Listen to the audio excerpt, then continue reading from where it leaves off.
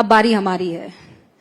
लेकिन प्रॉब्लम यह है ना कि हमारे सामने हमेशा राजनेता होते हैं और इनका दिमाग पढ़ना सुहानी के लिए भी, मैं बता देती हूँ, टेढ़ी खीर साबित होने वाला है। सुहानी होती तो मैं बुला देती, क्योंकि हर मौसम इनके मिजाज बदल जाते हैं।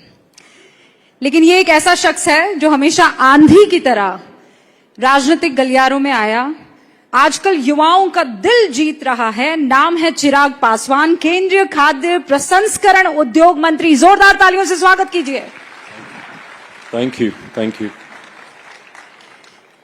बिहार की राजनीति में चमक रहे हैं, एकदम एक अलहदा मुकाम बनाने की कोशिश में है। लेकिन आजकल आपका एक बयान बहुत चर्चा में, और खासकर वक्फ बिल के पास हो जाने के बाद आपने उसका स्वागत किया, आपके सांसदों ने साथ दिया, लेकिन आप याद दिला रहे हैं कि मेरे पिताजी तो मुस्लिम मुख्यमंत्री चाहते थे और मुसलमानों से उनको इतनी मोहब्बत थी कि वो बिहार के लिए एक मुस्लिम चेहरा चाहते थे। उनकी वजह से, उस चाहत की वजह से उन्होंने विधायकों को खोया है। मतलब इस बयान के माने क्या है? आप क्या बताना चाह रहे हैं? मैं सिर्फ ये बताना चाहता हूं कि जब आप चिराग पासवान का बहिष्कार करते हैं और कुछ ऐसे धार्मिक संगठन, पहली बात तो before I begin this I would want to say, मैं ये मानता हूं और मैं चाहता हूं कि एक ऐसी व्यवस्था तैयार हो जहां पे धार्मिक संगठन राजनीतिक पक्षपात ना करें और राजनेता और राजनीतिक दल धर्म के विषयों पे चर्चा ना करें।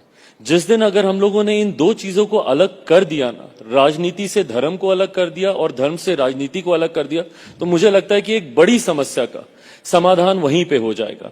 बट बहरहाल, नहीं, बट बहरहाल से पहले, चूंकि आप कहते हैं राजनीतिक पार्टियां रिलीजियस मुद्दों पर या रिलीजन को डिस्कस ना करें, जब आप ये कहते हैं तो वो 4 उंगलियां आपकी तरफ नजर आती है, या ये कहिए वो 3 उंगलियां आपकी तरफ। क्यों? क्योंकि आप एनडीए का हिस्सा हैं। एब्सोल्युटली। बीजेपी को कहते हैं कि हिंदुत्व का परचम बुलंद करने वाली पार्टी है। चिराग पासवान ने माथे पर माशाल्लाह बड़ा सा टीका लगाया हुआ है, इतने सारे कलेवा अपने बांधे हुए हैं, और बीजेपी ये कहती है कि राम मंदिर हमने बनाया, फख्र से कहते हैं। तो आप ये कह रहे हैं कि बीजेपी जो चर्चाएं करती है हिंदुत्व पर, वो आपको नहीं चाहिए? मुझे बिल्कुल नहीं चाहिए, और मैं चाहता हूं कि इस पे कोई चर्चा किसी को नहीं करनी चाहिए। ये सिर्फ और सिर्फ व्यक्तिगत आस्था का विषय। मैं टीका लगाऊं, मैं कलेवा पहनूं, मैं पूजा करूं, मैं कुछ करूं, ये मेरी व्यक्तिगत आस्था है। इसमें किसी दूसरे, तीसरे, चौथे व्यक्ति एंड लीस्ट ऑफ ऑल राजनीतिक दल को कुछ कहने का हक, अधिकार नहीं होना चाहिए। मैं अपनी आस्था का पालन कैसे करता हूं, मुझे कहां पूजा करनी है, मुझे कहां नमाज पढ़नी है, मुझे किस गुरुद्वारे में जाके माथा टेकना है, या कहां किस चर्च में जाके मुझे कैंडल जलानी है, ये मेरी व्यक्तिगत आस्था का विषय है। ए, आप कोई नहीं होते मुझे बताने वाले। बी, नहीं बोलना चाहिए।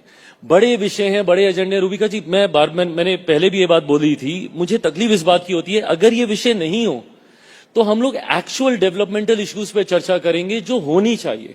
Today you have called me here as a खाद्य प्रसंस्करण मंत्री, food processing minister. You should be asking me what have you done past 6-8 महीने में, आपने क्या किया अपने मंत्रालय में। I am going to ask you, the ये नेक्स्ट विषय क्वेश्चन होने इज चाहिए। दैट। बट दिक्कत ये है कि जब ये हिंदू मुस्लिम चलता रहता है, और मुझे पता है आप फिर बोलेंगे कि 3 उंगलियां मेरी तरफ उठ रही हैं, बट अगर मेरी तरफ उठ भी रही हैं तो इसका मतलब ये नहीं है ना कि मैं उन चीजों को वॉइस भी ना करूं जो मैं सोचता हूं।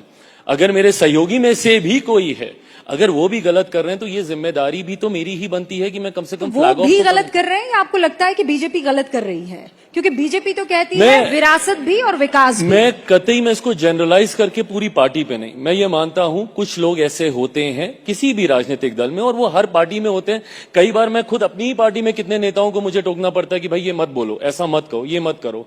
तो होते हैं कुछ लोग जिनको सूट करती है ये पॉलिटिक्स, जहां पे आप सांप्रदायिकता के आधार पर, कम्युनलिज्म के आधार पर लोगों को बांटने का प्रयास करते हैं। Not only communalism, even casteism. I come from a state जहां की politics is dominated by the caste scenario there. So कई लोग जातीयता के आधार पर, I have a regional party there who flaunts MY समीकरण।